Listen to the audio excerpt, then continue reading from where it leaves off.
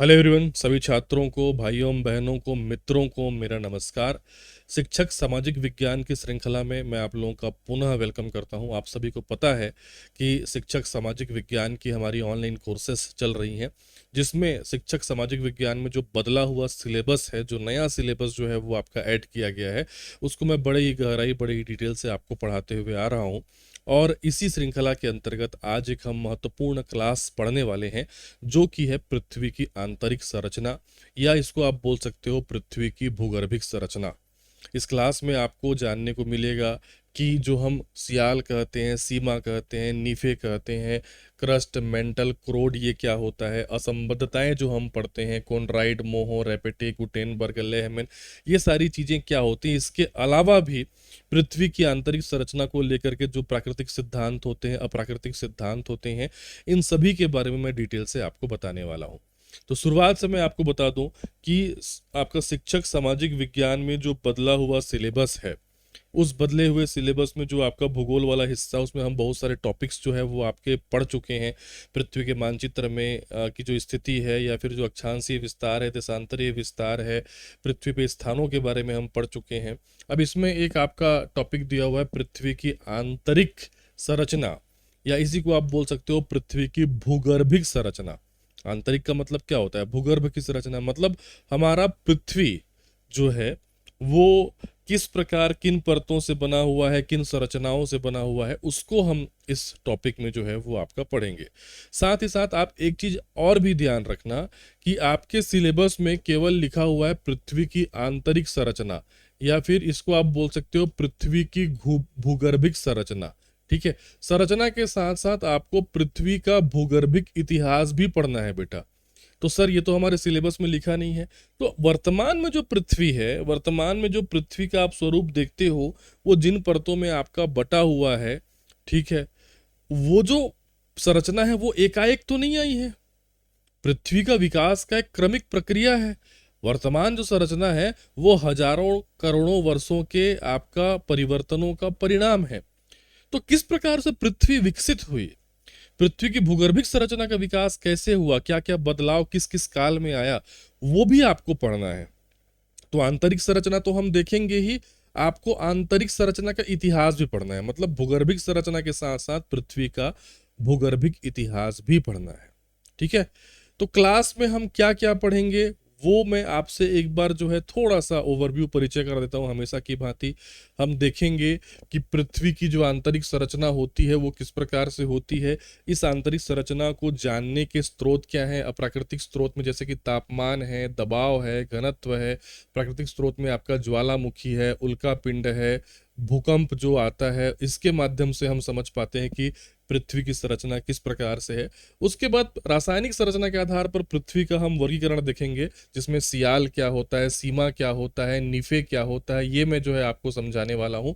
तीनों का तुलनात्मक अध्ययन भी हम करेंगे। उसके बाद हम देखेंगे जो आधुनिक भूकंपीय आधार पर वर्गीकरण है, जिसको IUCG के आधार पर वर्गीकरण कहा जाता है, उसके आधार पर क्रस्ट क्या होता है, या भूपरपटी कहते हैं आपका हिंदी में, मेंटल या प्रवार क्या होता है, क्रोड या कोर क्या होता है, और इनसे किस प्रकार के प्रश्न बनेंगे।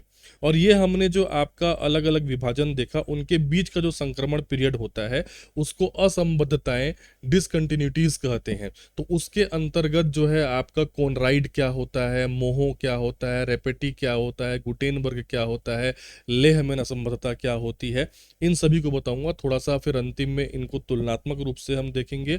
फिर हम प्रवेश करेंगे पृथ्वी के भूगर्भिक इतिहास के बारे में। संरचना हम पढ़ेंगे, फिर उसके बाद ये संरचना कैसे आई, किन किन पीढ़ियों से जो है वो आपका प्रीकैम्बियन, पैलियोजोइक, मेसोजोइक, सीनोजोइक, नियोजोइक जो आपका इरा हम पढ़ते हैं, उसको आपको इसमें अध्ययन करना है। ठीक है, तो मैं आपको क्लास शुरू करने से बता दूं कि जो छात्र सामाजिक विज्ञान विषय के अंतर्गत शिक्षक भर्ती की तैयारी कर रहे हैं, हमारे द्वारा संपूर्ण ऑनलाइन कोर्स बहुत ही न्यूनतम शुल्क पर अवेलेबल है। वर्तमान सिलेबस के आधार पर है, केवल सामाजिक विज्ञान विषय ही नहीं, बाकी जो आपका रीजनिंग का टॉपिक ऐड हुआ है, चाहे GS वाला एरिया हो, चाहे हिंदी ग्रामर हो, जो भी चीज़ें आपका दी हुई हैं वो आपको अकॉर्डिंग टू सिलेबस बड़े ही बेहतरीन ढंग से मिलेंगी। बहुत सारे छात्रों ने जो है इस छूट का फ़ायदा उठा करके हमारे साथ जो है शिक्षक सामाजिक विज्ञान विषय का जो है आपका ऑनलाइन कोर्स ज्वाइन किया है, वो आपका अध्ययन कर रहे हैं। प्रॉपर क्लासेस के साथ साथ पीडीएफ भी आपको प्रदान की जाएंगी। पीडीएफ देखो तुरंत नहीं मिलता, थोड़ा मिलने में टाइम लगता है कंपाइल करके, लेकिन मेरा वादा है कि आपको पीडीएफ दूंगा मैं। एप्लीकेशन में आप पीडीएफ पढ़ सकते हैं। तो अभी तक यदि आपने हमारा ऑनलाइन कोर्स ज्वाइन नहीं किया है तो स्क्रीन पर जो आपको ऑनलाइन कोर्स दिखाई दे रहा है उसको आप ज्वाइन कर लीजिए, बहुत ही न्यूनतम शुल्क पर। सीधा सीधा जो है कोर्स का लिंक इस वीडियो के डिस्क्रिप्शन में दिया हुआ है, जिसको क्लिक करके आप कोर्स परचेस कर सकते हैं। हमारे एप्लीकेशन का लिंक भी दिया हुआ है जिसको आप डाउनलोड कर सकते हैं। तो चलिए क्लास की शुरुआत करते हैं, और सबसे पहले हम बात कर लेते हैं कि पृथ्वी की आंतरिक संरचना जो है वो किस प्रकार से है। तो देखो क्या है, पृथ्वी की आंतरिक संरचना के बारे में पहली चीज तो आप ये जान लीजिए कि जिस पृथ्वी पर, जिस जमीन पर हम खड़े हैं, उसकी भीतर की संरचना के बारे में अपने को जो है वो आपका अध्ययन करना है कि उसके नीचे जो है वो क्या है, क्या ठोस है, तरल है, ठीक है, लावा है, गर्म है, ठंडा है, ये सारी चीजें जो है वो आपको समझनी है। तो देखो, मनुष्य का खोज का एक सीमा है। आपको समझना पड़ेगा कि अभी तक मनुष्य ने पृथ्वी को कहाँ तक एक्सप्लोर किया है।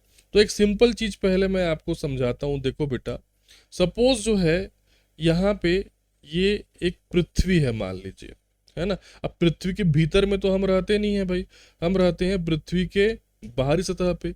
तो मान लो ये पृथ्वी का जो है आपका बाहरी जो है सतह है, यहाँ पे हम जो है वो खड़े हुए हैं, अपना काम धाम करते हैं।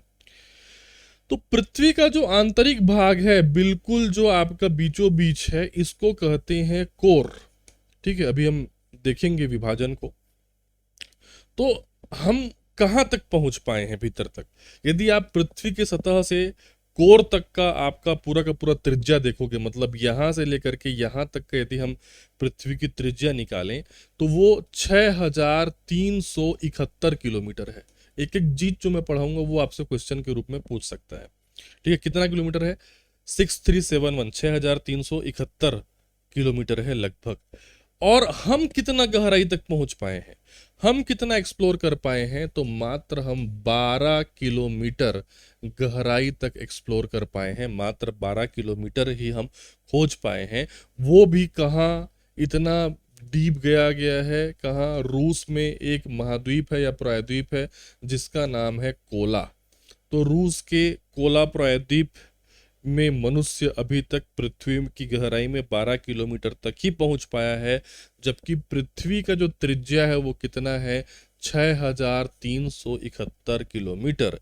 इसीलिए पृथ्वी की आंतरिक संरचना के बारे में हमारे पास जो भी जानकारी है, जो भी ज्ञान है, ये पूरी तरीके से वैज्ञानिक अनुसंधान या अप्रत्यक्ष स्रोतों पर आधारित है। प्रत्यक्ष रूप से तो हमने जाके देखा नहीं है ना कि कोर में क्या है।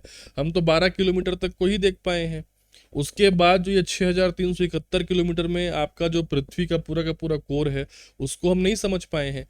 लेकिन कुछ प्राकृतिक स्रोतों के माध्यम से, कुछ अप्राकृतिक स्रोतों के माध्यम से हम ये आकलन लगाते हैं, हम ये अनुमान लगाते हैं कि पृथ्वी का आंतरिक संरचना कुछ इस प्रकार का होगा। और उसी संरचना के आधार पर ही हम अनुमान लगाते हैं कि पृथ्वी में धीरे धीरे किस प्रकार से क्रमिक विकास हुआ होगा उसकी भूगर्भीय संरचना में। आपने इतना तो जरूर सुना होगा कि पृथ्वी पहले एक तपता हुआ गोला था, एक लावा था, फिर धीरे धीरे वो आपका ठंडा हुआ। ये तो सुने ही होंगे। ठीक है, तो क्या जानना है आपको? आपको सबसे पहले ये समझना है कि पृथ्वी का जो आंतरिक भाग है आज भी मानव के प्रत्यक्ष अवलोकन से जो है वो आपका परे है।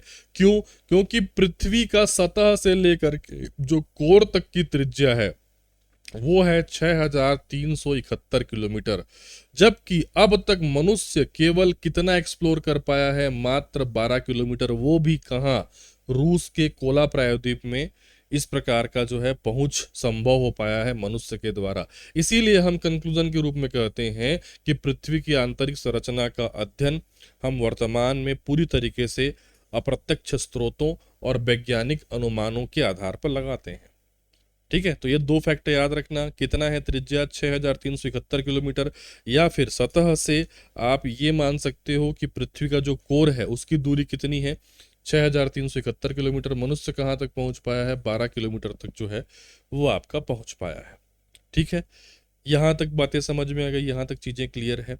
अब मैंने कहा कि भाई पृथ्वी को हम जो भी संरचना है उसको प्रत्यक्ष जो है रूप से नहीं देख पा रहे हैं, तो ये जो संरचना है, ऐसी संरचना है, इसको जानने का स्रोत क्या है? तो जो भी आपके भूगोलवेत्ता हैं वो दो प्रकार के स्रोत बताते हैं कि भाई एक कुछ अप्राकृतिक स्रोत है, अप्रत्यक्ष स्रोत है, और कुछ जो है वो आपका प्राकृतिक स्रोत है। तो पहले दिमाग में आप ये बिठा लीजिए कि पृथ्वी के अंदर क्या है, यह जानने के लिए भूगोलवेत्ताओं के द्वारा दो प्रकार के स्रोत उपयोग किए जाते हैं। एक स्रोत है आपका अप्राकृतिक या अप्रत्यक्ष स्रोत, आर्टिफिशियल सोर्स इसको बोल सकते हो, और दूसरा है आपका प्राकृतिक स्रोत या नेचुरल स्रोत। अब ये अप्रत्यक्ष स्रोत क्या होता है या प्रत्यक्ष स्रोत, प्राकृतिक को ही क्या बोलेंगे, इसको प्रत्यक्ष स्रोत कहेंगे, ठीक है। तो अप्राकृतिक स्रोत क्या है और प्राकृतिक स्रोत क्या है, या बोल सकते हो अप्रत्यक्ष स्रोत क्या है और प्रत्यक्ष स्रोत क्या है।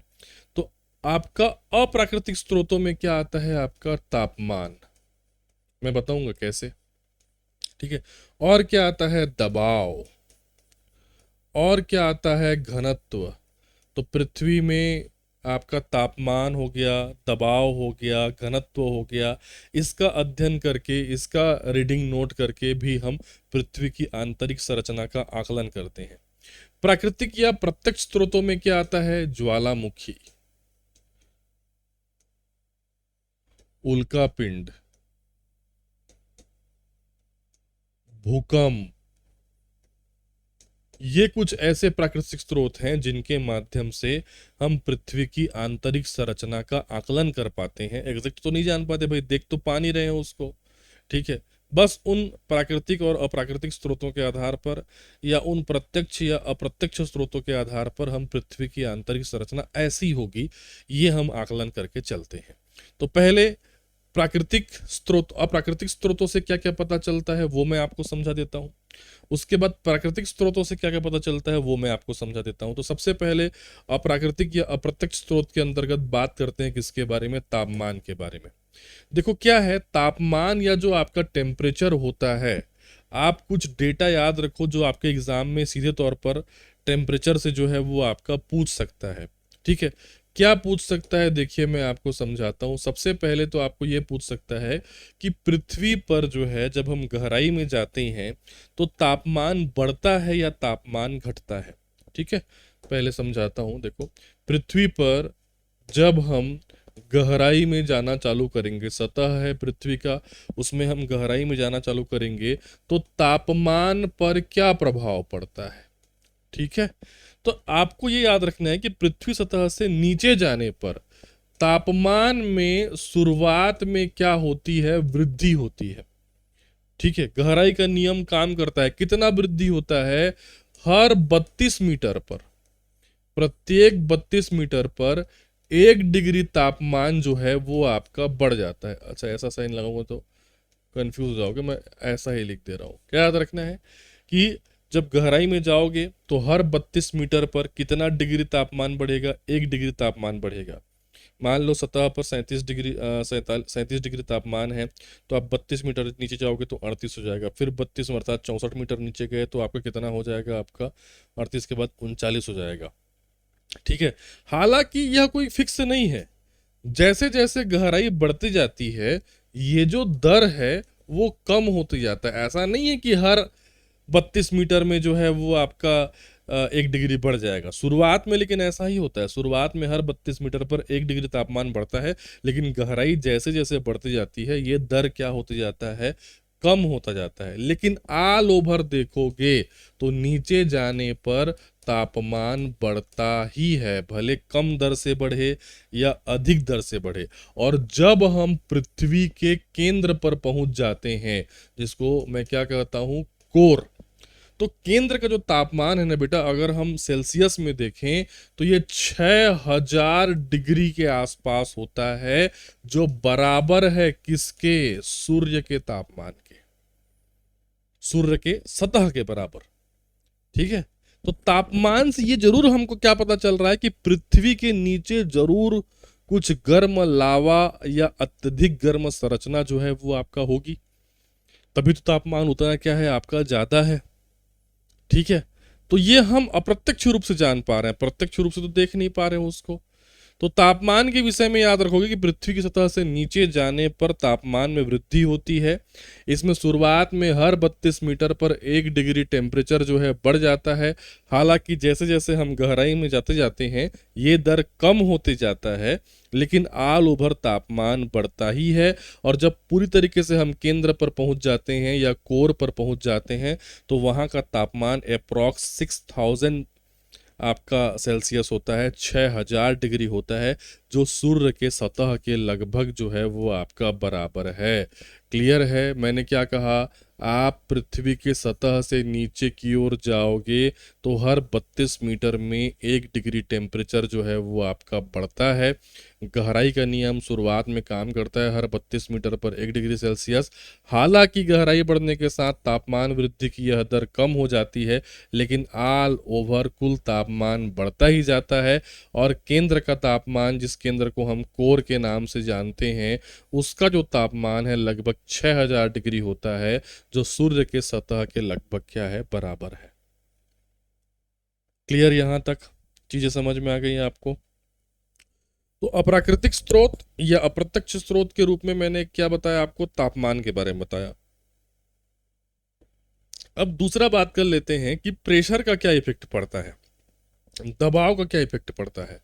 देखो, जैसे जैसे पृथ्वी में आप गहराई की ओर जाओगे तो ऊपर की जो आपका चट्टानें होती हैं, एटमॉस्फेरिक प्रेशर होता है, इसके साथ साथ जो है एटमॉस्फेरिक प्रेशर तो वहाँ काम नहीं करेगा वैसे, क्योंकि फिर वो ठोस चीज़ है, ठीक है, वहाँ पे हवा तो है नहीं, लेकिन दबाव तो जो वायुमंडल है वो लगाता ही है। तो जो एटमॉस्फेरिक प्रेशर वगैरह हो गया या ऊपरी चट्टानों का भार के चलते दबाव लगातार क्या होता है, बढ़ता है। नीचे जाओगे तो दबाव जो है वो क्या होता जाएगा, बढ़ता जाएगा, ठीक है। यही कारण है कि केंद्र में अत्यधिक तापमान होने के बावजूद चट्टानें पिघलती नहीं है, बल्कि ठोस अवस्था में है। जनरली हमको क्या लगता है कि अंदर तो बहुत गर्म है, 6000 डिग्री है। अभी तो मैंने बताया ना कितना डिग्री टेम्परेचर है आपका, 6000 डिग्री टेम्परेचर है। ये जो है वो आपका पृथ्वी है, और इस पृथ्वी के आपका केंद्र का जो आपका तापमान है, यहाँ पे मान लीजिए ये कोर है, यहाँ पे ये कोर है इस प्रकार से, ठीक है। इस कोर का तापमान कितना है आपका, 6000 डिग्री है। तो सोच के ये लगता है ना कि भाई 6000 डिग्री है तो जरूर ये किस अवस्था में होगा, लिक्विड अवस्था में होगा, तरल अवस्था में होगा, बट ऐसा नहीं है। पृथ्वी का जो कोर है, मेन कोर, वो किस अवस्था में है, ठोस अवस्था में है। कारण है गहराई पे जाने पर लगातार बढ़ने वाला दबाव। दबाव इतना ज़्यादा होता है कि चट्टान बहुत गर्म हो गया है। यहाँ पे ये मेटल से बना हुआ है, एक्चुअल में मेटल बहुत गर्म हो गया है, लेकिन दबाव इतना ज़्यादा है कि वो पिघल नहीं पा रहा है, ठीक है। तो अत्यधिक दबाव के चलते अत्यधिक गर्म होने के बावजूद वो तरल अवस्था में नहीं है, वो किस अवस्था में है, ठोस अवस्था में है। मेन कोर, इसके आसपास वाला एरिया जो है वो लिक्विड अवस्था में होगा, लेकिन जो मेन कोर है वो ठोस अवस्था में है। इस फैक्ट को भी आपको याद रखना है। तो याद रखेंगे, नीचे गहराई में जाने के साथ साथ दबाव बढ़ेगा, प्रेशर बढ़ेगा, और यही कारण है कि जो केंद्र में आपका हमारा कोर है वो अत्यधिक तापमान होने के बावजूद वो जो आपका एरिया है वो पिघला हुआ अवस्था में नहीं है, वो जो आपका एरिया है वो किस अवस्था में है, आपका ठोस अवस्था में।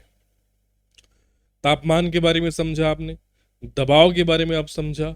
अब हम बात कर लेते हैं डेंसिटी या घनत्व के बारे में, ठीक है। किसके बारे में बात करोगे, डेंसिटी या घनत्व। अब देखो, डेंसिटी या घनत्व को समझने से पहले पृथ्वी का एक विभाजन, उसके आंतरिक विभाजन जो है मैं आपको समझा देता हूँ, क्योंकि आप उसको समझोगे ना तो थोड़ा जो है आपको समझना जो है वो आपका आसान होगा, ठीक। अब देखो क्या है, अलग अलग प्रकार के विभाजन हैं। एक विभाजन के आधार पर हम ये मानते हैं, खास करके जो भूकंप विज्ञान होता है उसका एक विभाजन मैं आपको बता रहा हूँ। उसके आधार पर पृथ्वी को 3 परतों में जो है वो आपका बांटा गया है, ठीक है। इसको कहा जाता है IUCG के आधार पर वर्गीकरण। अब सर ये IUCG क्या है? IUCG मतलब Indian international union of geodesy and geophysics, ठीक है। इंटरनेशनल यूनियन ऑफ क्या, जियोडेसी एंड जियोफिजिक्स। तो ये जो IUCG है ये IUGG है, ठीक है। ये जो IUGG है, इसके अनुसार जो है भूकंपीय आधार पर पृथ्वी को 3 परतों में जो है वो आपका बांटा गया है। मैं मोटा मोटा बता दे रहा हूँ। ऊपर का एक परत ले लो, फिर बीच का एक परत ले लो, और बीच को मैं इसको कोर ही मान लेता हूँ। तो ये 3 परत हो गए, ठीक है। थोड़ा सा डिफरेंशिएट करने के लिए मैं ऐसा कुछ कर दे रहा हूँ, ठीक है। और बाहर वाला को अपन नॉर्मल रहने देते हैं। तो जो सबसे ऊपरी परत है, सबसे जो आपका बाहरी परत है, इसको, इस बाहरी परत को कहते हैं क्रस्ट, ठीक है। हिंदी में भी बताऊंगा, लेकिन आपको मैं बार बार बोलता हूँ, इंग्लिश में याद रखने की कोशिश करना। उसके बाद ये मतलब ये वाला परत, ये वाला परत, ये क्या है आपका क्रस्ट, ठीक है। उसके बाद ये बीच वाला परत, इसको अपन एक दूसरे कलर में जो है दर्शा दे रहे हैं, मैं इसको ये पिंक कलर में दर्शा देता हूँ। तो ये जो बीच वाला परत है, ठीक है, इसको कहते हैं मेंटल। ये क्या कहलाता है आपका मेंटल। और बीच, जो सबसे बीच में है, सबसे केंद्र में है, केंद्र को कहते हैं क्रोड, ठीक है। इसको कहते हैं क्रोड। अगर मैं हिंदी में बताऊं, तो हिंदी में जो आपका क्रस्ट है, हिंदी में इसको कहा जाता है भूपर्पटी। बचपन से ये नाम सुनते हुए आओगे, भूपर्पटी, ठीक। उसके बाद जो बीच वाला हिस्सा है, जिसको मैंने मेंटल कहा, इसको कहा जाता है प्रावार, प्रावार। और जो सबसे भीतर वाला हिस्सा है, जिसको मैंने कहा क्रोड, उसको हिंदी में कहा जाता है कोर। बस ये विभाजन पहले याद रखो। अभी तो मैं इसको डिटेल में पढ़ाऊंगा कि एक्चुअल में भाई क्रस्ट क्या होता है, मेंटल क्या होता है, क्रोड क्या होता है, किन से वो बना होता है, ठीक है। लेकिन अभी जो मैं आपको घनत्व का सिद्धांत बताने वाला हूं, उस घनत्व के सिद्धांत के लिए ये विभाजन को जो है जानना जरूरी है, जो कि IUGG का विभाजन है, international union of geodesy and geophysics ने भूकंपीय तरंगों के आधार पे, भूकंप वाले टॉपिक में मैंने आपको पढ़ाया हुआ है कि भूकंप में जो है P तरंगे होती हैं, S तरंगे होती हैं, L तरंगे होती हैं। तीनों की प्रकृति जो है वो आपका अलग अलग होती है। कोई ठोस द्रव में चल सकता है, कोई नहीं चल सकता, आदि आदि। तो उन तरंगों के आधार पे international union of geodesy and geophysics IUGG ने ये 3 भागों में पृथ्वी को जो है बांटा है। सबसे ऊपरी परत को कहते हैं वो क्रस्ट या भूपर्पटी, फिर बीच वाला परत कहलाता है मेंटल या प्रावार, और सबसे भीतर वाला को कहते हैं क्रोड या कोर। याद हो गया? किसी एक को याद करना, हिंदी को या अंग्रेजी को, दोनों में याद रखोगे तो फिर क्या होता है, कंफ्यूजन होता है। तो मैं इंग्लिश में आपको बता दे रहा हूँ। सबसे ऊपर क्या है, क्रस्ट, क्रस्ट के नीचे मेंटल, और मेंटल के नीचे क्या है, क्रोड, क्रोड या आपका कोर, ठीक है। तो सबसे ऊपर हो गया क्रस्ट, बीच में हो गया आपका मेंटल, और सबसे भीतर में हो गया आपका कोर। अब हम बात कर लेते हैं कि सर पृथ्वी का डेंसिटी कितना है, पृथ्वी का घनत्व कितना है। तो अगर ऑल ओवर पृथ्वी का हम एक औसत घनत्व निकालें, एवरेज घनत्व, पूरी पृथ्वी का अगर हम घनत्व देखें, तो पूरी पृथ्वी का घनत्व 5.5 ग्राम प्रति घन सेंटीमीटर है। ये घन सेंटीमीटर होगा, cm3 होगा, ठीक है, क्यूबिक। तो पृथ्वी का औसत घनत्व कितना है, 5.5 ग्राम प्रति घन सेंटीमीटर। अब इसमें क्या है, अगर हम बात करें सबसे ऊपरी परत का, क्रस्ट का, ठीक है, तो ये जो आपका क्रस्ट है, सबसे ऊपरी परत है, उसका घनत्व कम होता है। ये होता है 2.7 ग्राम प्रति घन सेंटीमीटर, 2.7 ग्राम प्रति घन सेंटीमीटर, ठीक है। मेंटल का मत जानो, मैं आपको बताना चाहता हूं मेनली कोर का, क्योंकि एग्जाम में आपको कोर का ही पूछेगा, क्रोड का ही पूछेगा।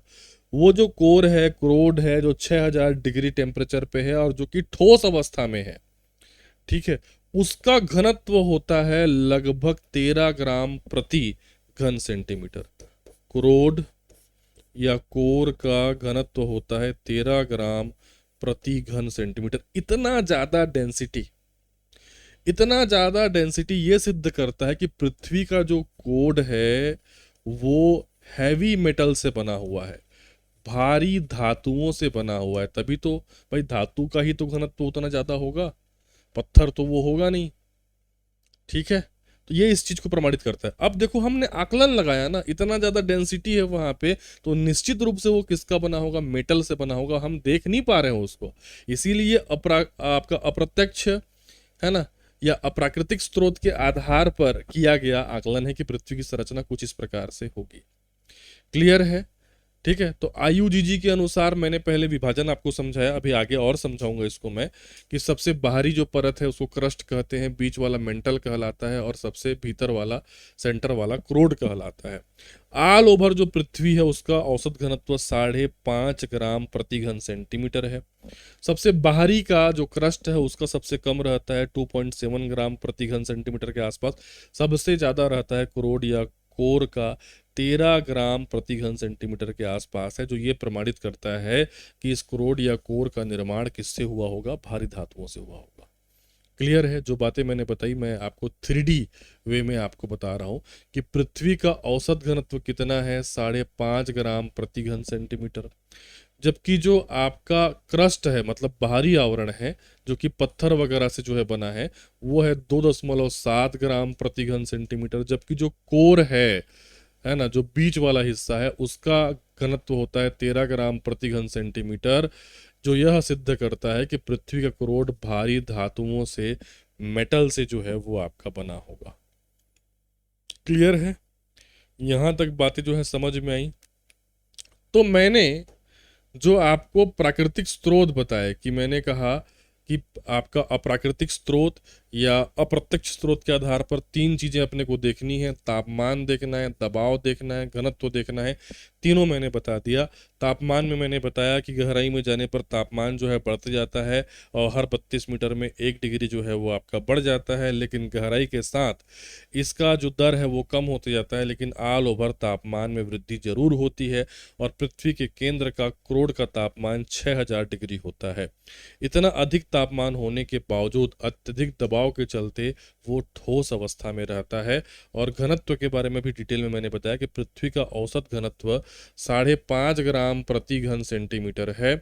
सबसे कम घनत्व बाहरी क्रस्ट का होता है 2.7 ग्राम आपका प्रति घन सेंटीमीटर, और सबसे ज़्यादा क्रोड का होता है 13 ग्राम प्रति घन सेंटीमीटर, जिससे यह प्रमाणित होता है कि क्रोड जो है वो भारी धातुओं से बना है। तो हमने अप्राकृतिक और अप्रत्यक्ष स्रोत जो है वो आपका देख लिए। अब हम प्राकृतिक स्रोतों की बात करते हैं, अर्थात ज्वालामुखी से क्या पता चलता है, उल्का पिंड से क्या पता चलता है, भूकंप से क्या पता चलता है। हमको ज्वालामुखी के बारे में नहीं पढ़ना इस क्लास में, उल्का पिंड के बारे में नहीं पढ़ना, भूकंप के बारे में नहीं पढ़ना। उनसे क्या पता चलता है कि पृथ्वी की संरचना कैसी है, ये अपन पढ़ रहे हैं।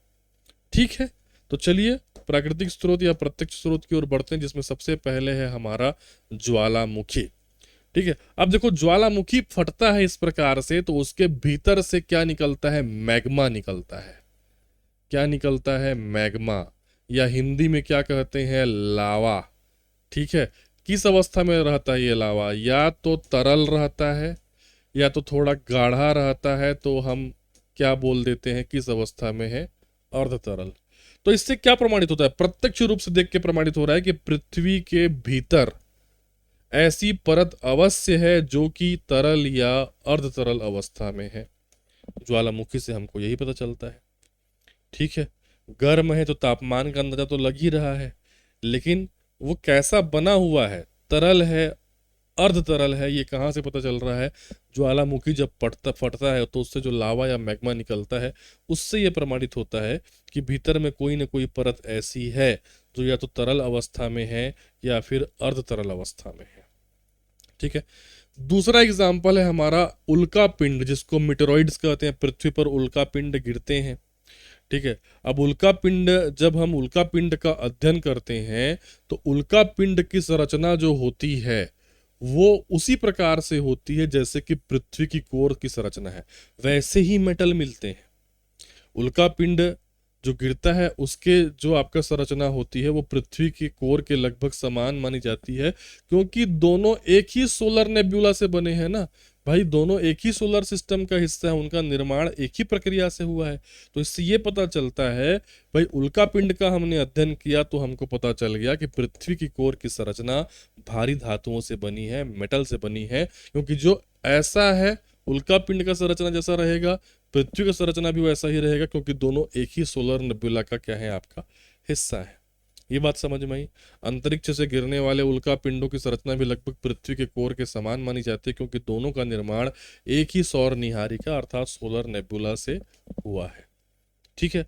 अगला स्रोत क्या होता है भाई, भूकंप होता है। भूकंप विज्ञान, जिसको हम सिस्मोलॉजी कहते हैं, ये भी बड़ा एक प्रामाणिक स्रोत है।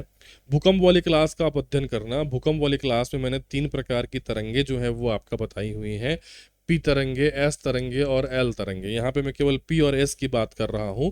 जो पी तरंगे, जिसको हम प्राइमरी तरंगे कहते हैं, ये अनुदैर्ध्य प्रकृति की होती हैं और ये ठोस, द्रव और गैस तीनों माध्यमों में गुजर सकती हैं, लेकिन तरल माध्यम में इनकी गति कम हो जाती है। तो जब पी प्रकार की तरंगे होती हैं तो ये शुरुआत में जो पृथ्वी का सतह क्रस्ट वाला एरिया है, यहाँ पे तो बहुत तेजी से गमन करती हैं, लेकिन जैसे ही वो थोड़ा सा तरल माध्यम की ओर जाती है, उनकी गति क्या हो जाती है, कम हो जाती है। तो इससे ये पता चलता है कि पृथ्वी के भीतर में कोई ना कोई आवरण ऐसा है जो किस अवस्था में है, तरल अवस्था में है।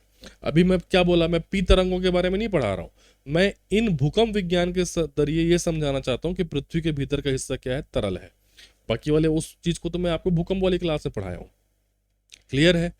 ठीक है। उसी प्रकार से जो एस तरंगे होती हैं, सेकेंडरी वेव्स जिसको कहते हैं, वो अनुप्रस्थ होती हैं। पी तरंगे अनुदैर्ध्य होती हैं और जो एस तरंगे होती हैं वो अनुप्रस्थ तरंगे होती हैं, और ये केवल ठोस माध्यम से ही गुजर सकती हैं। ठीक है। इसीलिए केवल ऊपर तक ही गुजरती हैं। जैसे ही ये इस केंद्र के, इस कोर के बाहरी आवरण में पहुंचती हैं तब ये लुप्त हो जाती है, क्योंकि कोर तो ठोस है लेकिन आसपास वाला क्या है, लिक्विड है, तरल है। तो चूंकि ये तो भाई केवल ठोस में गमन करती है, तरल में गमन कर ही नहीं सकती, तो वहां पे जाके लुप्त हो जाती है। तो इससे ये पता चलता है कि भाई कोर तो ठोस है लेकिन उसके आसपास का एरिया क्या है, आपका तरल अवस्था में है। ठीक है। अभी इस पे फोकस मत करना भाई सर भूकंप का अभी हम क्या पढ़े, वो भूकंप का क्लास मैंने भूकंप वाले क्लास में लिया है। ठीक है। तो इस चीज को आप याद रखेंगे। अब देखो फिर से हम उसी चार्ट पे आ जाते हैं कि पृथ्वी की आंतरिक संरचना कैसी है। हमने देखा क्या, अप्राकृतिक अप्रत्यक्ष स्रोत में तापमान देखा, दबाव देखा, घनत्व देखा, और प्राकृतिक स्रोतों में मैंने ज्वालामुखी के बारे में बताया, उल्का पिंड से कैसे पता लगाते हैं, भूकंप से कैसे पता लगाते हैं, वो सारी चीजें जो है मैंने आपको बताई। ठीक है। यहां तक बातें समझ में आया। अब देखो क्या होता है, आपको समझना है कि अलग अलग प्रकार का वर्गीकरण देखने को मिलता है। एक तो अभी आप थोड़ा समझ चुके हो मेरे से कि भाई सबसे ऊपर क्रस्ट है, फिर मेंटल है, फिर आपका क्रोड है। अब एक ऑस्ट्रियाई भूवैज्ञानिक है, फेमस भूवैज्ञानिक, जिनका नाम है एडवर्ड स्वेस। एडवर्ड स्वेस ने पृथ्वी में जो आपके रासायनिक तत्व हैं उनके आधार पर पृथ्वी को 3 परतों में बांटा है। तो अब ये एक अगला वर्गीकरण जो है वो आपको समझना है। ठीक है। कौन सा वर्गीकरण समझना है, रासायनिक आधार पर वर्गीकरण समझना है। तो रासायनिक संरचना के आधार पर एक वर्गीकरण आपको देखना है, एडवर्ड स्वेस का मत। देखो हमने पृथ्वी का एक प्रकार जो है थोड़ा सा जो है पूर्ववर्ती क्लास में मैंने, मतलब शुरुआती क्लास में मैंने आपको बताया कि आपका क्रस्ट है, मेंटल है, प्रवार है, वो आईयूजीजी के आधार पर वर्गीकरण था। और ये जो वर्गीकरण है ये है ऑस्ट्रियाई भूवैज्ञानिक जिनका नाम है एडवर्ड स्वेस। इन्होंने पृथ्वी की आंतरिक संरचना को रासायनिक तत्वों की प्रधानता के आधार पर 3 परतों में बांटा। ठीक है। सियाल, सीमा, निफे। ठीक है। अब इसको हिंदी का कोई नाम मत समझना, ये एक्चुअल में धातुओं के नाम से जो है वो आपका बना हुआ है, मैं आगे अभी आपको समझाऊंगा। ठीक है। एक्चुअल में जो सियाल है ना, इसको आपको ऐसे याद रखना है, SIAL। SI का मतलब है सिलिकॉन और AL का मतलब है एल्यूमिनियम। ठीक है। उसके बाद जो सीमा है, सीमा को लिखते हैं आपका SIMA। ठीक है। मतलब ये एक्चुअल में ऐसा होगा, ये हो गया SI और AL, सिलिका और एल्यूमिनियम। तो ये इसको पढ़ेंगे, क्या पढ़ते हैं, सियाल। ठीक है। सीमा SIMA। ठीक है। एक्चुअल में वो MAG है ना, MAG से बनता है मैग्नीशियम। तो ये हो गया आपका सिलिकॉन और मैग्नीशियम। और निफे का मतलब क्या है, ये बना हुआ है NiFe। Ni का मतलब निकिल और Fe का मतलब फेरस। तो उसका शॉर्ट फॉर्म ये है, सियाल, सीमा और निफे। तो इसको जानने से पहले ये जान लो कि भाई ये वर्गीकरण किसने दिया है। तो ये वर्गीकरण एडवर्ड स्वेस ने दिया है। कहाँ के भूवैज्ञानिक थे? तो ये ऑस्ट्रियाई जो है वो आपका भूवैज्ञानिक थे। और इनको बनाने का आधार क्या है? रासायनिक तत्व। ये सब रासायनिक तत्व तो है ना, सिलिकॉन एल्यूमिनियम, सिलिकॉन मैग्नीशियम, आपका निकल, फेरस, ये सब क्या है? रासायनिक तत्व तो है। तो रासायनिक तत्वों पे आधार पर एक वर्गीकरण हो गया। याद रहेगा, क्या याद रहेगा? सियाल, सीमा और आपका निफे। एडवर्ड स्वेस का जो है ये आपका वर्गीकरण कहलाता है। क्लियर है? तो ऑस्ट्रियाई के प्रसिद्ध भूवैज्ञानी एडवर्ड स्वेस ने रासायनिक तत्वों के आधार पर जो आपका पृथ्वी के परत है इनको 3 भागों में बांटा, सियाल, सीमा और निफे। क्या होता है चलिए हम जानते हैं। सबसे पहले जो है बात कर लेते हैं सियाल के बारे में। ठीक है, चलो पहले मैं सिंपल समझाता हूँ, फिर 3D के माध्यम से जो है वो आपका बताऊंगा। ये किसके अनुसार हम मत पढ़ रहे हैं? Edward Suess. ठीक है, इन्होंने आधार माना है किसको? इन्होंने आधार माना है रासायनिक तत्वों को। ठीक है, अब हम बना लेते हैं क्या? पृथ्वी। ये हो गया पृथ्वी।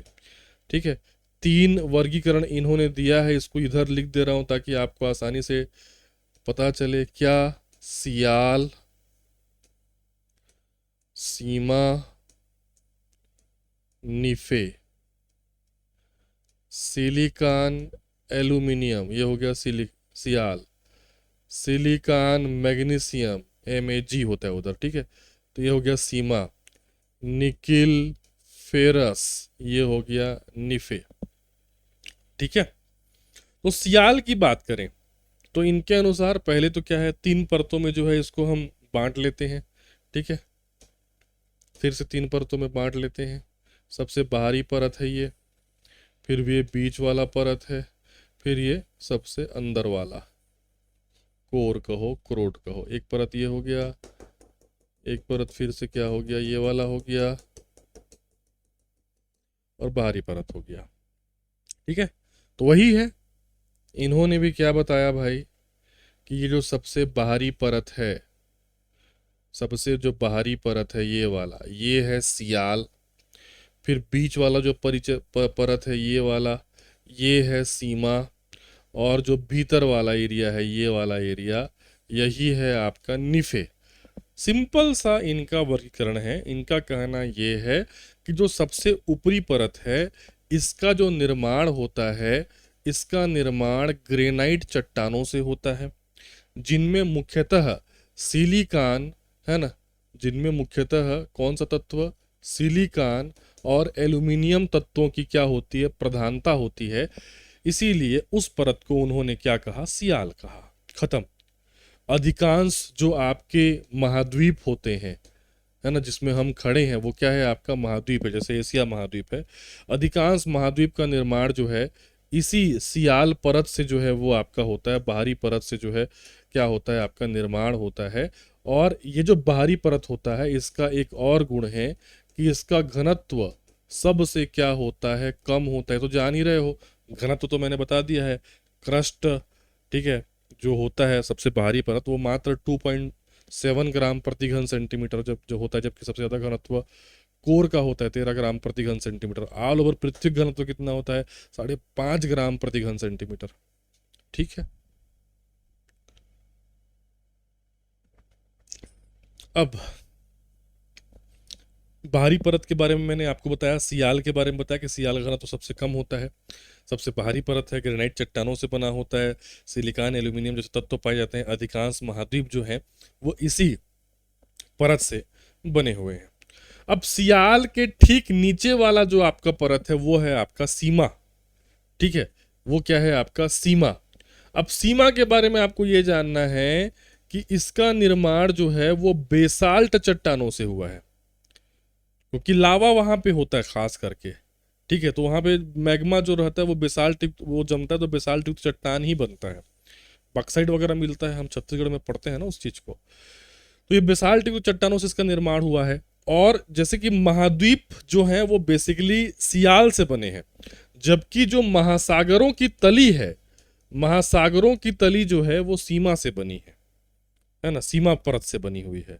ठीक है, जो ज्वालामुखी विस्फोट से निकलने वाला लावा है, मैग्मा है, वो इसी परत से आता है। ये तरल वाला हिस्सा है, इसी परत से आता है। ठीक है, तो सीमा के बारे में जानो कि सियाल के ठीक नीचे वाला हिस्सा है जिसका निर्माण बेसाल्टिक तो चट्टानों से हुआ है। महासागरों की जो तली है वो इसी सीमा परत से बनती है। ज्वालामुखी विस्फोट से निकलने वाला जो लावा है, मैग्मा है, वो इसी सीमा परत से आता है। क्लियर? ठीक है, उसके बाद हम आगे बढ़ते हैं। सबसे बीच वाला जो आपका हिस्सा है उसको हमने क्या नाम दिया है? निफे। ये नीफे क्या है भाई?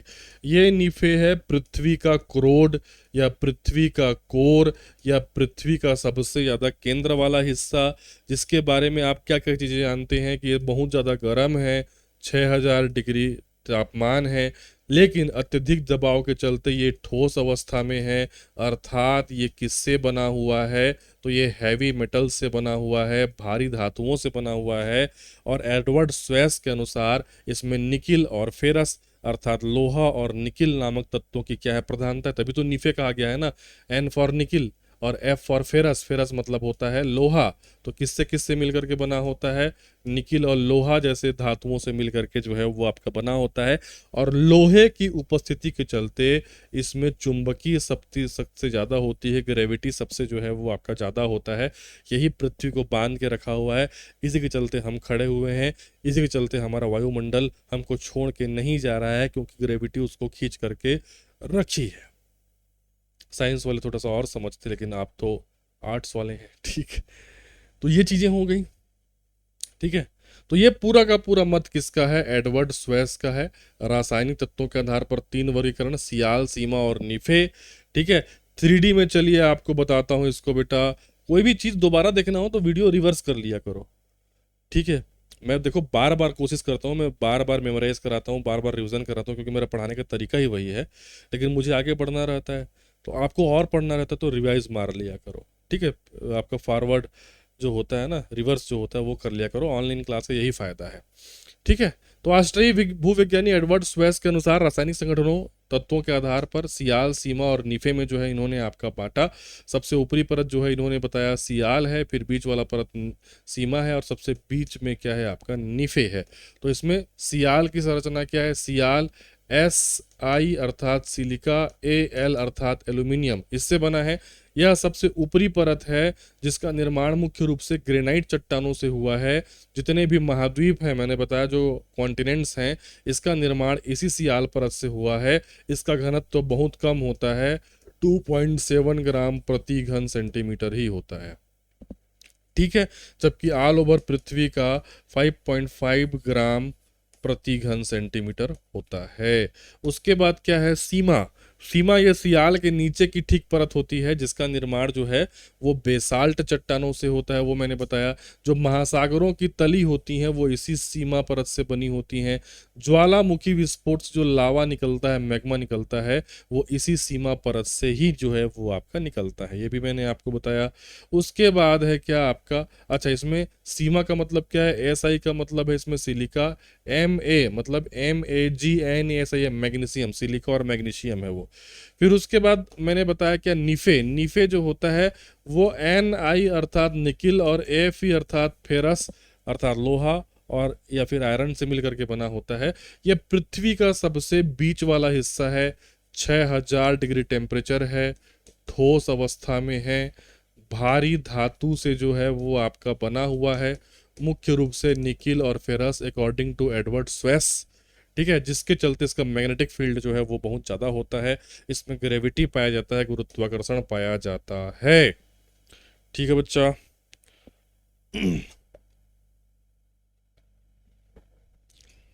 आगे बढ़े।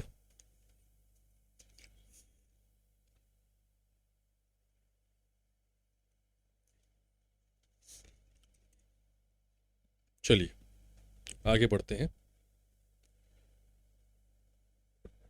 अब देखो, ये चीज़ें पढ़ने के बाद इसका एक मैंने तुलनात्मक चार्ट बना दिया है। सियाल, सीमा, निफे। मुख्य निर्माण तत्व क्या होता है? सियाल में सिलिका और एल्यूमिनियम, सीमा में सिलिका और मैग्नीशियम, निफे में निकिल और फेरस अर्थात लोहा। सियाल क्या है? सबसे ऊपरी परत है। सभी महाद्वीप का निर्माण हुआ है, घनत्व तो सबसे कम होता है, ग्रेनाइट चट्टानों से बना होता है। सियाल के नीचे का परत सीमा है, महासागरों की तली, ज्वालामुखी का मैग्मा इसी से निकलता है। निफे क्या होता है? केंद्रीय भाग है, चुंबकीय शक्ति ज़्यादा होती है, घनत्व ज़्यादा होता है, गुरुत्वाकर्षण ज़्यादा होता है, भारी धातुओं से बना होता है, घनत्व है 13 ग्राम प्रति घन सेंटीमीटर। ठीक है, क्लियर बेटा।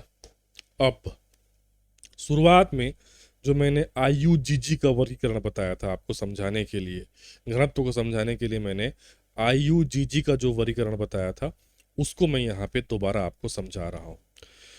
तो देखो, एडवर्ड स्वेस के अनुसार रासायनिक संगठनों के आधार पे उन्होंने सीमा, सियाल और निफे, सियाल, सीमा और निफे, ये 3 परत बताए।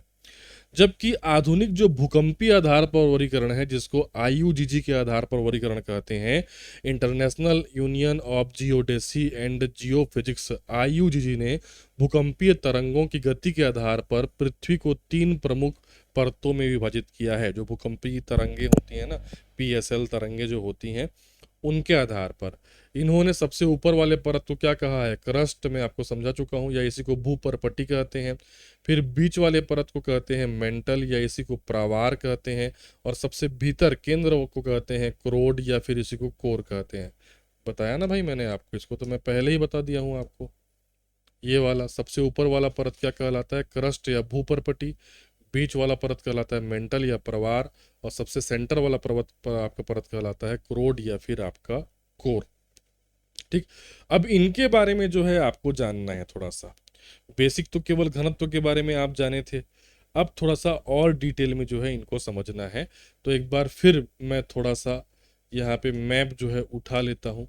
इसी वाले मैप पे हम थोड़ा सा बनाते हैं। घनत्व तो याद हो गया ना, अब घनत्व को जो है मैं मिटा दे रहा हूँ। ठीक है,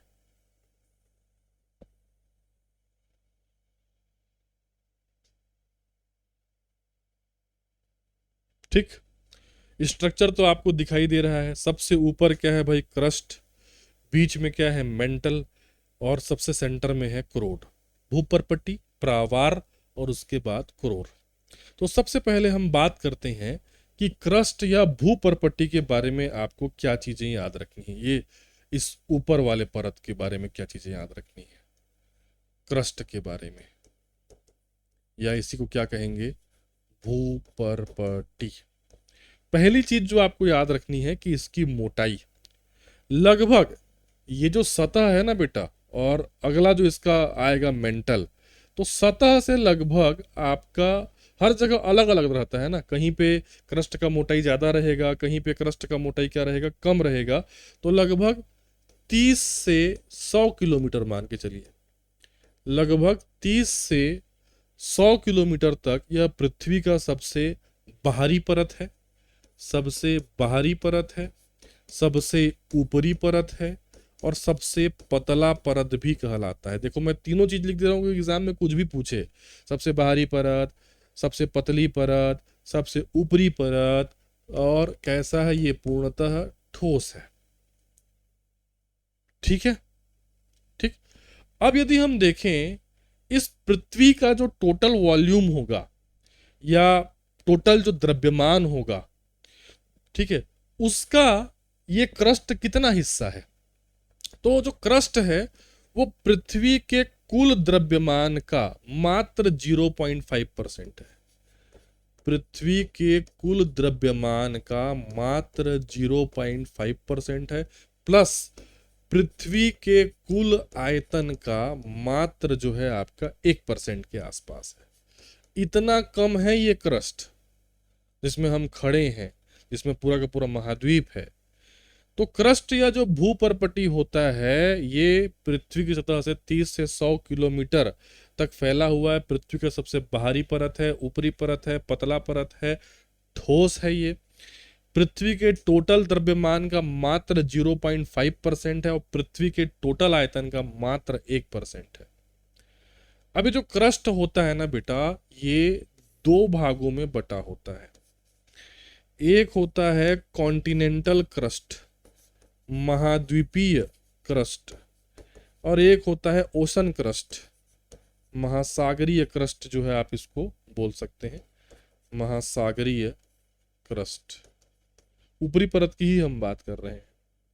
ठीक है, तो जो महाद्वीपीय क्रस्ट होता है अपेक्षाकृत ये होता है मोटा, महासागरीय जो क्रस्ट होता है इसकी तुलना में अपेक्षाकृत ये होगा पतला। ठीक है, मतलब कितना मोटा कितना पतला। महाद्वीपीय जो क्रस्ट होगा ये लगभग 30 से 70 किलोमीटर मोटाई का होगा, जबकि जो महासागरीय क्रस्ट होता है वो मात्र 5 से 10 किलोमीटर मोटाई का होता है। तो ये अपेक्षाकृत क्या है, आपका पतला है। ठीक है, लेकिन मोटे पतले से मत जाओ। अगर हम घनत्व की बात करें तो जो आपका महाद्वीपीय क्रस्ट है मोटा होने के बावजूद इसका घनत्व अपेक्षाकृत कम है। महासागरीय क्रस्ट पतला होने के बावजूद इसका घनत्व अपेक्षाकृत क्या है, अधिक है। भाई घनत्व का मोटा पतला से लेना देना थोड़ी ना होता है। घनत्व मतलब तो डेंसिटी होता है कि अणु कितने पास पास हैं, कितने डेंस हैं, कितने घने हैं। घना मतलब घनत्व। तो मतलब ये भले ही मोटा है लेकिन कम घना है, और ये भले ही पतला है लेकिन अधिक घना है। ठीक है, इसका तो मैं बता चुका हूं कितना कितना घना है भाई, 2.7 ग्राम प्रति घन सेंटीमीटर है। ठीक है, क्रस्ट का, और खास करके महाद्वीपीय क्रस्ट का इतना भी फर्क नहीं है। इसका घनत्व तो इसकी तुलना में अधिक है महाद्वीपीय क्रस्ट की तुलना में लेकिन ज्यादा नहीं, बस 0.3, मतलब ये 3 ग्राम प्रति घन सेंटीमीटर इसका क्या है, घनत्व है। कारण क्या है बेटा, कारण है चट्टान। जो महाद्वीपीय क्रस्ट होता है वो ग्रेनाइट से बना होता है, जबकि जो महासागरीय क्रस्ट होता है वो बेसाल्ट से बना होता है। देखो कितनी सारी बातें पता चल गई, कितना क्वेश्चन बन सकता है।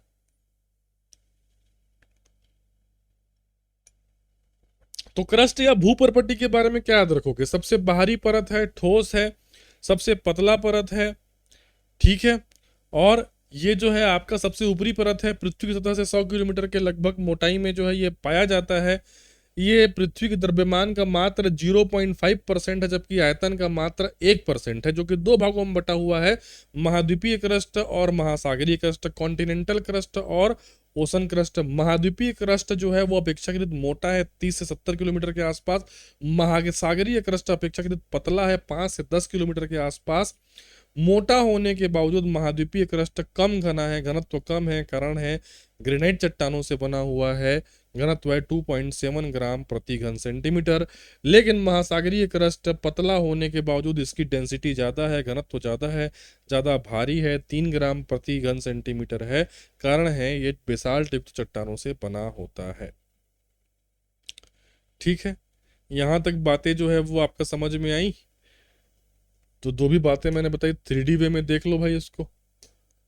सबसे बाहरी परत क्रस्ट या भूपर्पट्टी कहलाता है। यह सतह से 30 से 100 किलोमीटर जो है तक फैला हुआ है। पृथ्वी की सबसे बाहरी पतली और ठोस परत है।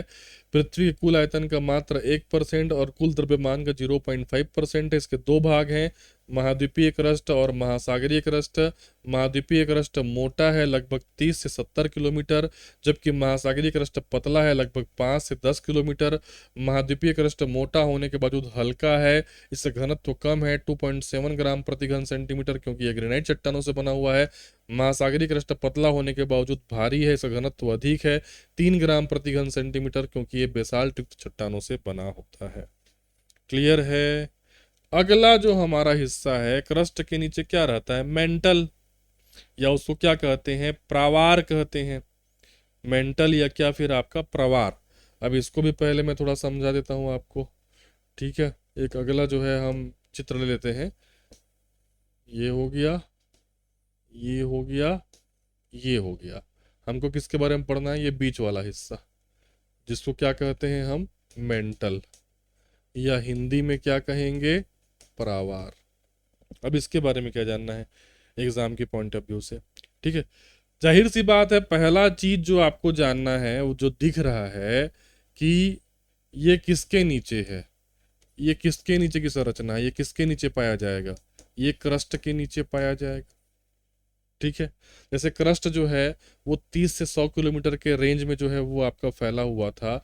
मेंटल कितना फैला रहता है, ये क्रस्ट के नीचे 2900 किलोमीटर, 2900 किलोमीटर की गहराई तक ये आपका फैला रहता है। अब इसमें जो बना देता हूँ मैं फटाफट, उसको मत ध्यान दिया करो, क्योंकि भाई आपको समझाने के लिए है। सर ये दोनों तो उतने उतने ही मोटे दिख रहे हैं। ठीक है, ऐसा नहीं है ना बेटा, वो तो केवल मैं बताने के लिए बता दे रहा हूँ। क्रस्ट काफी पतला है, 100 मीटर में सिमट गया है, जबकि मेंटल देखो, वो क्रस्ट के नीचे, मतलब 100 किलोमीटर से नीचे 2900 किलोमीटर की गहराई तक जो है वो आपका फैला हुआ है। इसको पृथ्वी की सबसे विशाल परत कहा जाता है। तीनों परतों में, क्रस्ट एंड मेंटल एंड क्रोड, इन तीनों परतों में सबसे विशाल परत किसको कहा जाता है? मेंटल को जो है वो आपका कहा जाता है। ठीक है, इसका भी द्रव्यमान और आयतन पृथ्वी से तुलना करते हैं। अगर हम इसके द्रव्यमान की तुलना करें, पृथ्वी का जो टोटल द्रव्यमान है उसके कंपैरिजन में जो मेंटल का आपका द्रव्यमान होता है वो लगभग 68% है। और आयतन की अगर हम बात करें, पृथ्वी के टोटल आयतन का ये मेंटल कितना रहता है? तो 84% है। जबकि जबकि जो आपका क्रस्ट था, क्रस्ट कितना था? मात्र आधा परसेंट, 1% था। ठीक है, ये कितना जा रहा है? पृथ्वी के द्रव्यमान का 68% और पृथ्वी के आयतन का 84% है। आप इसी से इसकी विशालता का अंदाजा जो है वो आपका लगा सकते हैं। ठीक है, जैसे क्रस्ट को हमने दो भागों में बांटा था, इसको भी दो भागों में जो है आपको बांट करके याद रखना है मेंटल को।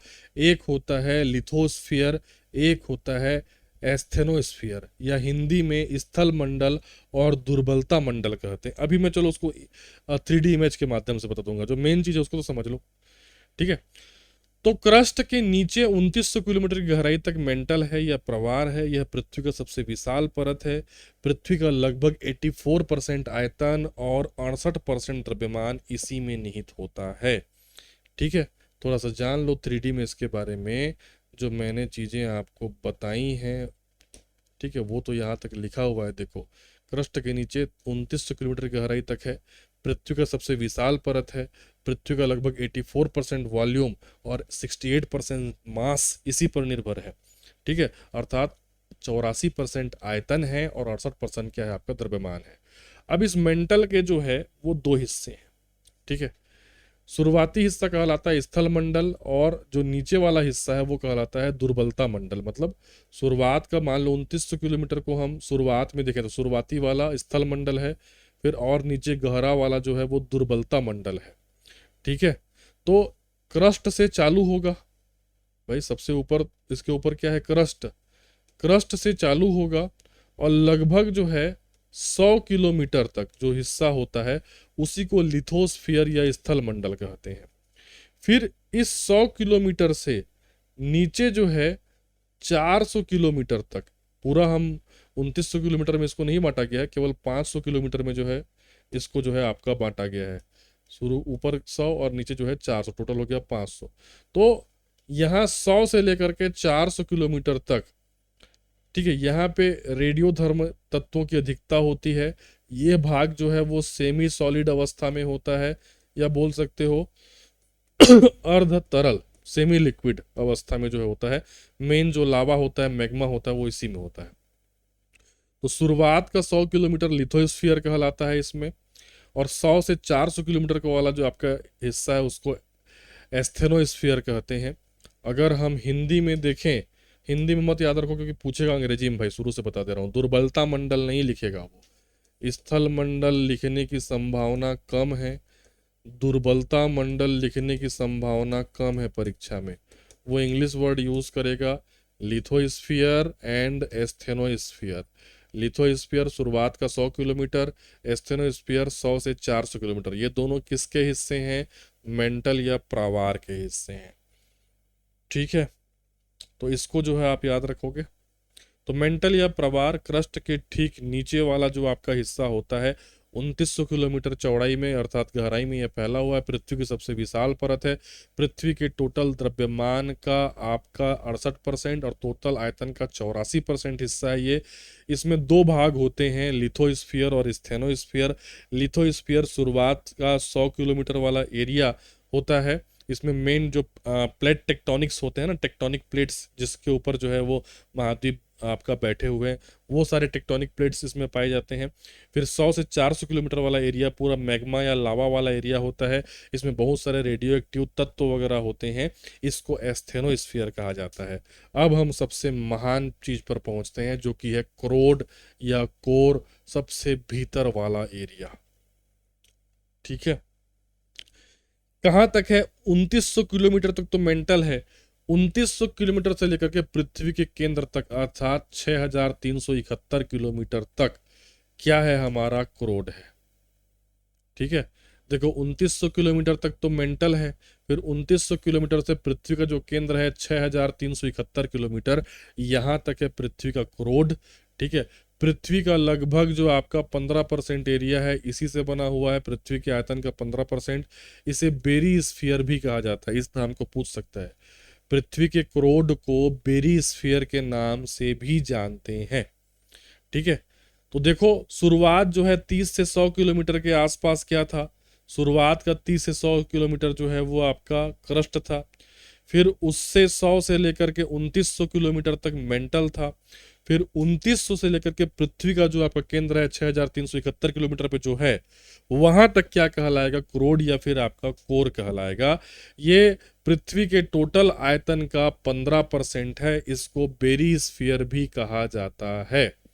अब जैसे कि क्रस्ट दो भागों में बटा हुआ था, ठीक है, महाद्वीपीय क्रस्ट, महासागरीय क्रस्ट। जो मेंटल है वो दो भागों में बटा हुआ था, लिथोस्फीयर और एस्थेनोस्फीयर। उसी प्रकार से क्रोड भी दो भागों में बटा हुआ है, आउटर कोर और इनर कोर, है ना, बाह्य कोर और आपका आंतरिक कोर। ठीक है, तो बाह्य कोर कहां से कहां तक है? ये 2900 से 5150 किलोमीटर तक है, जबकि आंतरिक कोर 5150 से 6371 किलोमीटर तक है। ठीक है, देखो इसी में समझाता हूं आपको। ये बीच वाला को आप आंतरिक कोर मानो और इधर वाला को आप बाह्य कोर मानो। ठीक है, तो उधर तो मेंटल है, मेंटल इधर तो 2900 किलोमीटर तक है। फिर इस 2900 किलोमीटर मतलब यहां से लेकर के यहां तक, ठीक है, 2900 से आपका यहां पे पहुंचेंगे तो कितना है? 5150। 2900 से ये है 5150 और यहाँ पे है कितना? 2900। तो 2900 से 5150 वाला जो आपका एरिया है ये है बाह्य कोर, आउटर कोर। फिर 5150 से बीच में जो केंद्र है उसकी त्रिज्या कहाँ तक जाती है? 6371। तो ये वाला जो आपका हिस्सा है, ये वाला पूरा का पूरा हिस्सा है, ये है आपका इनर कोर, आंतरिक कोर। अब इनकी क्या खासियतें हैं? पहले हम आउटर कोर की बात करें, बाह्य कोर की बात करें, तो यह जो है वो आपका किस अवस्था में है? जो बाह्य कोर होता है शुरुआत में ही मैंने बताया ये तरल अवस्था में है, और उसका प्रमाण मैंने दिया था कि जो भूकंप तरंग का एस तरंग होता है वो इसमें प्रवेश जो है वो आपका नहीं कर पाती है। ठीक है, तरल लोहा, इसमें पिघला हुआ लोहा है वो जो कि घूमता रहता है, जिससे डायनामो इफेक्ट उत्पन्न होता है और यहाँ पे गुरुत्वाकर्षण उत्पन्न होता है। यही हमारी ग्रेविटी का केंद्र है, यहीं से ग्रेविटी बन रहा है भाई, उसी का मशीन है ये। जबकि जो आंतरिक कोर होता है जो कि 5150 से 6371 किलोमीटर वाला पूरा का पूरा एरिया है, अत्यधिक तापमान है यहाँ पे 6000 अंश सेल्सियस, शुरुआत में मैंने बताया। इसके बावजूद अत्यधिक वायुमंडलीय दबाव है, चट्टानों का दबाव है, जिसके चलते यह हिस्सा पूर्णतः सॉलिड अवस्था में है, ठोस अवस्था में है। निकिल लोहा जैसे धातुओं से बना होता है, पूर्णतः क्या है? मेटल है। बस इतनी बातें क्रोड या कोर के बारे में याद रखनी है कि क्रोड या कोर जो है वो 2900 किलोमीटर से लेकर के 6371 किलोमीटर तक फैला हुआ है। पृथ्वी के टोटल आयतन का 15% है, इसको बेरी स्फीयर भी कहते हैं। इसके दो भाग हैं, आउटर कोर और इनर कोर। आउटर कोर 2900 से लेकर के 5150 किलोमीटर तक, और 5150 से लेकर के 6371 किलोमीटर तक है आपका इनर कोर। आउटर कोर जो है वो तरल अवस्था में है। प्रमाण ये है कि यहाँ पे भूकंप का एस तरंग जो है वो प्रवेश नहीं कर पाता। ये वाला हिस्सा पूरा लिक्विड अवस्था में है, लिक्विड लोहा है मान लो, और घूमते रहता है, यही ग्रेविटी उत्पन्न करता है। उसके बाद 5150 से 6371 किलोमीटर वाला मेन एरिया, यही है आपका इंटरनल कोर, आंतरिक कोर। 6000 डिग्री तापमान है, सूर्य के तापमान के बराबर है। उसके बावजूद ये एक ठोस मेटल अवस्था में है, अत्यधिक वायुमंडलीय दबाव के चलते। क्लियर है? यहां तक बातें जो है वो आपका समझ में आ गई। ठीक है, तो आपने 3 हिस्सों को बड़े ही आपका ध्यान से, बड़े ही आराम से जो है वो आपका समझा है। क्रस्ट को समझा है, मेंटल को समझा है, और आपने कोर को समझा है। ठीक है, यहाँ तक जो है आपने समझा है। अब देखो क्या है बेटा, ये जो आपके 3 परत हैं, उन 3 परतों को मैंने दो दो परतों में फिर विभाजित किया था, याद करो। ठीक है, क्रस्ट को भी 2 भागों में बांटा था, मेंटल को भी 2 भागों में बांटा था, और अभी मैंने कोर को भी 2 भागों में बांटा है। ठीक, अब देखिए इसमें एक सिद्धांत आपको और समझना है। वो सिद्धांत क्या है कि एक वर्ड होता है असंबद्धता, डिसकंटिन्यूटी। जब भूकंप तरंग जो है एक परत से दूसरे परत में गमन करती है, तो घनत्व में परिवर्तन के चलते, संरचना में परिवर्तन के चलते उस भूकंप तरंगों में डिसकंटिन्यूटी आती है, असंबद्धता आती है, और उसको एग्जाम में पूछा जाता है। ठीक है, इससे क्या होता है कि भूकंप तरंगों की दिशा बदल जाती है, गति बदल जाती है, ये बताना चाह रहा हूं मैं। ठीक है, कि जब भूकंपीय तरंगे एक परत से दूसरे परत में, मतलब क्रस्ट से मेंटल में, मेंटल से कोर में प्रवेश करती हैं, तो घनत्व अलग अलग है भाई, जिसके चलते उनकी गति और दिशा क्या हो जाती है, बदल जाती है। तो जिस जिस जगह पर उनकी गति और दिशा बदलती है, मतलब जिस जिस जगह पे घनत्व में परिवर्तन आ रहा है, उन्हीं परतों के बीच इस संक्रमण क्षेत्र को असंबद्धता कहा जाता है। एग्जाम में पूछेगा, मोस्ट मोस्ट आईएमपी, डिसकंटिन्यूटीज कहा जाता है इनको। अब इसको याद रखा जाता है CMRGL से। अब ये सर CMRGL क्या है, मैं थोड़ा आसान भाषा में समझाता हूं। देखो बेटा क्या है, पृथ्वी की परत को हमने 3 भागों में बांटा है।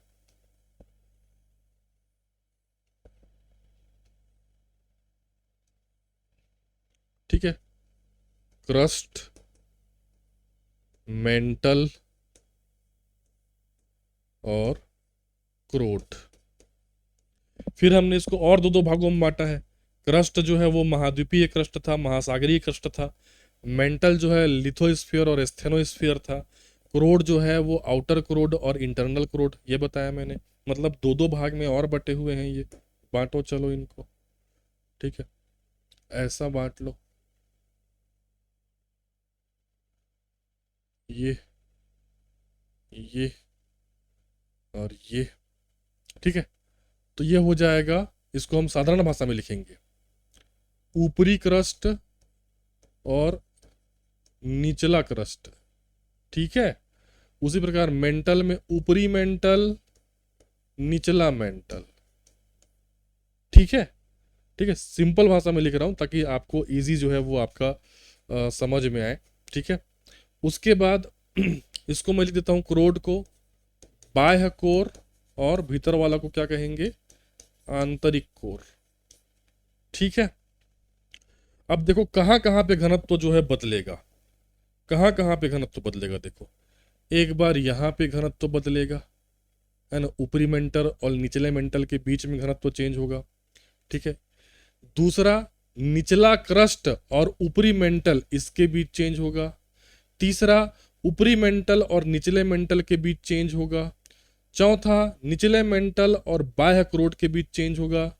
पांचवा बाह्य क्रोड और आंतरिक मेंटल के बीच जो है चेंज होगा। 1 2 3 4 5 प्रकार की असंबद्धताएं आएंगी। कितने प्रकार की, 5 प्रकार की। जिसमें जो पहला प्रकार है उसको कोनराइड कहते हैं। क्या कहते हैं, कोनराइड। दूसरा प्रकार को मोहो कहते हैं। तीसरा प्रकार को रेपेटी कहते हैं। चौथे प्रकार को गुटेनबर्ग कहते हैं। और जो पांचवा प्रकार है, अंतिम प्रकार है, उसको लेहमैन कहते हैं। ठीक है, अभी वो परिभाषा में समझा रहा था तो नहीं समझ में आता। ठीक है, तो आपको क्या याद रखना है, पहले तो ये नाम याद रखना है। ठीक है, CMRGL करके याद रखते हैं इसको, पहले तो नाम याद रखना है क्रम से। मुझे तो पढ़ा पढ़ा के याद हो गया है, आप कोडिंग कर सकते हो। कोनराइड, मोहो, रेपेटी, गुटेनबर्ग, लेहमैन। आपको पूछेगा कि जो कोनराइड असंबद्धता होती है वो किन दो परतों के बीच स्थित है, क्या उत्तर लोगे? ऊपरी क्रस्ट और निचला क्रस्ट। आपको पूछेगा मोहो असंबद्धता किन दो परतों के बीच स्थित है, निचला क्रस्ट और ऊपरी मेंटल। समझ रहे हो? रेपेटी असंबद्धता किन दो परतों के बीच है, ऊपरी मेंटल, निचला मेंटल। गुटेनबर्ग असंबद्धता किन दो परतों के बीच है, निचला मेंटल और बाह्य क्रोड। लेहमैन असंबद्धता किन दो परतों के बीच है, बाह्य कोर और आंतरिक कोर। ठीक। अब इनमें जब प्रवेश करता है ना भूकंप तरंग, तो उसकी गति में परिवर्तन आता है। कारण है इनकी घनत्व में परिवर्तन है। यहाँ पे जो चट्टान है या जो परत है वो अलग अलग प्रकार से बने हुए हैं। उसको एक चार्ट के माध्यम से चलिए मैं आपको समझाता हूँ। वो चार्ट पे मैं आपको सीधे लिए चलता हूँ। वो चार्ट है ये। कोनराइड, मोहो, रेपेटी, गुटेनबर्ग, लेहमैन, किनके बीचों का चार्ट में लिखा हुआ है। ऊपरी क्रस्ट और निचली क्रस्ट के बीच में कोनराइड, निचला क्रस्ट और ऊपरी मेंटल के बीच में मोहो, ऊपरी मेंटल और निचला मेंटल के बीच में रेपेटी, निचला मेंटल और बाह्य कोर के बीच में गुटेनबर्ग, बाह्य कोर और आंतरिक कोर के बीच में लेहमैन। इसको ऐसे पढ़ोगे तो याद नहीं आएगा, इसीलिए मैंने सरल भाषा में आपको समझाया बांट के। ठीक है। अब इसमें क्या होता है, एक में दूसरे में जाएगा तो भूकंप तरंगों के किस में अंतर आता है, गति में अंतर आता है। एक एक को चलो मैं समझाता हूँ। पहला है कोनराइड। असंबद्धता का नाम है कोनराइड। किन दो परतों के बीच स्थित है, ऊपरी क्रस्ट और निचली क्रस्ट। ऊपरी क्रस्ट, ऊपरी क्रस्ट और निचली क्रस्ट के बीच स्थित है कोनराइड। क्यों बदलता है भाई भूकंप तरंग, क्यों यहाँ पे गति बदलता है? क्योंकि ग्रेनाइट और बेसाल्ट चट्टानों के घनत्व में अंतर है। पता है, मैं आपको पढ़ा चुका हूँ। ऊपर वाला चट्टान किससे बना हुआ है? ग्रेनाइट से। नीचे वाला किससे बना हुआ है? बेसाल्ट से। तो चट्टानों के घनत्व में अंतर आ गया, तो भूकंपी की तरंगों की गति में क्या आ गया? अंतर आ गया। नेक्स्ट, मोहो असंबद्धता किसके किसके बीच होगा? नाम क्या है? मोहो। किन दो परतों के बीच स्थित है? निचला क्रस्ट और ऊपरी मेंटल। ये हो गया आपका निचला क्रस्ट और ये हो गया आपका ऊपरी मेंटल। यहाँ पे भी जो बीच में क्या होगा आपका संबद्धता, वो क्या कहलाएगा? मोहो। यहाँ पे क्यों भूकंप की तरंगें अपनी गति बदलती हैं? क्योंकि यहाँ पे भी घनत्व में क्या है? अंतर है। और यहाँ पे अत्यधिक गति जो है वो आपका बदलती है। यहाँ पे भूकंपीय तरंगों की गति अचानक बहुत अधिक हो जाती है, 8.1 किलोमीटर प्रति सेकंड हो जाती है। ठीक है। नेक्स्ट, रेपेटी किसको कहते हैं? रेपेटी जो संबद्धता है वो आएगा आपका ऊपरी मेंटल, ऊपरी मेंटल और निचला मेंटल के बीच। चट्टानों के थोड़ा में बदलाव आएगा, यहाँ भी भूकंप की तरंगों की गति में बदलाव आएगा। फिर मैंने बताया क्या? गुटेनबर्ग। गुटेनबर्ग किन के बीच है? गुटेनबर्ग जो है वो आपका निचला मेंटल और बाह्य कोर के बीच है। यहाँ एस तरंगे अचानक लुप्त हो जाती हैं, क्योंकि एस तरंगे जो है वो तरल में नहीं चल पाती। बाह्य कोर क्या है? आपका तरल है। ये भी मैंने आपको पढ़ाया है। नेक्स्ट, लास्ट है लेहमैन। ये आपका बाहरी कोर और भीतरी कोर, ठीक है, इसके बीच का असंबद्धता है। ये तरल से पुनः ठोस में जाता है तो पी तरंग की गति फिर बढ़ जाती है। आपको पता है ना कि कोर जो है बीच वाला जो आपका हिस्सा है वो क्या है? मेटल है, वो ठोस है। जबकि बाहरी हिस्सा क्या है? तरल है। यहाँ पे गमन नहीं करेगी, धीमी हो जाएगी, लेकिन ठोस में जैसे ही एंटर करेगी पी तरंगे फिर से स्पीड क्या हो जाएगी? बढ़ जाएगी।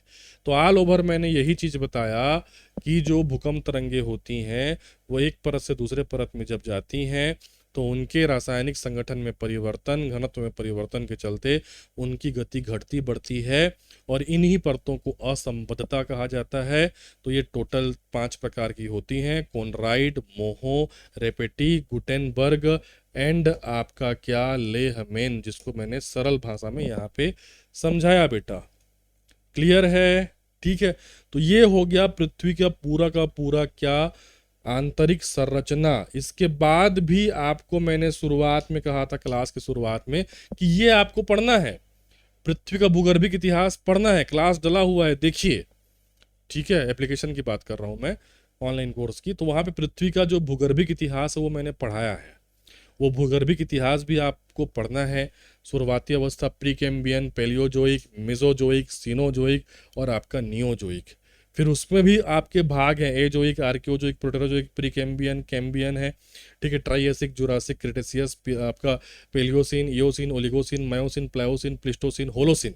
सबको नहीं पढ़ना, मैं जो आपको पढ़ाया हूँ वो जरूर पढ़ना है, क्योंकि वो परीक्षा में आएगा। नहीं तो इसका और विभाजन है, और डिटेल है ना, उतना डिटेल नहीं जाना है आपको, क्योंकि ये आपके सिलेबस का एक विषय का, उस विषय का एक टॉपिक का एक सब टॉपिक है। और ये तो नाम लिखा भी नहीं है, ये तो मैं इसलिए पढ़ा रहा हूं ताकि एग्जाम में अगर पूछ दे तो आपसे एक गलत भी ना हो। ठीक है, तो आज की क्लास में हमने क्या देखा भाई? आज की क्लास में हमने मुख्य रूप से देखा है क्या, पृथ्वी की आंतरिक संरचना को। आई होप आपको ये क्लास जो है वो बहुत अच्छे से समझ में आया होगा। फीडबैक जो है जरूर दीजिएगा। और जो छात्र सीरियस हैं शिक्षक सामाजिक विज्ञान विषय के लिए, मात्र, ठीक है, बहुत कम फीस पे, न्यूनतम फीस पे, चेक करिएगा, उतना फीस में आपको एक पुस्तक भी नहीं मिलेगा। कंप्लीट कोर्स में अवेलेबल करा रहा हूँ। फीस को मैंने बहुत डाउन रखा है ताकि अधिक से अधिक छात्र जो हैं वो लाभ ले सकें, वो आपका जुड़ें। ठीक है, नीचे जो आपका कोर्स का लिंक है उस पर जाइए, कोर्स बाय कीजिए और अपने सपनों को जो है साकार करने की दिशा में एक सही कदम जो है वो आपका बढ़ाइए। ठीक है, एप्लीकेशन का लिंक भी डला हुआ है, वो भी आप जा करके डाउनलोड कर लीजिएगा। तो मिलूंगा मैं आपको अगले लेक्चर में। ठीक है, तब तक के लिए विदा दीजिए मुझको। धन्यवाद, थैंक यू।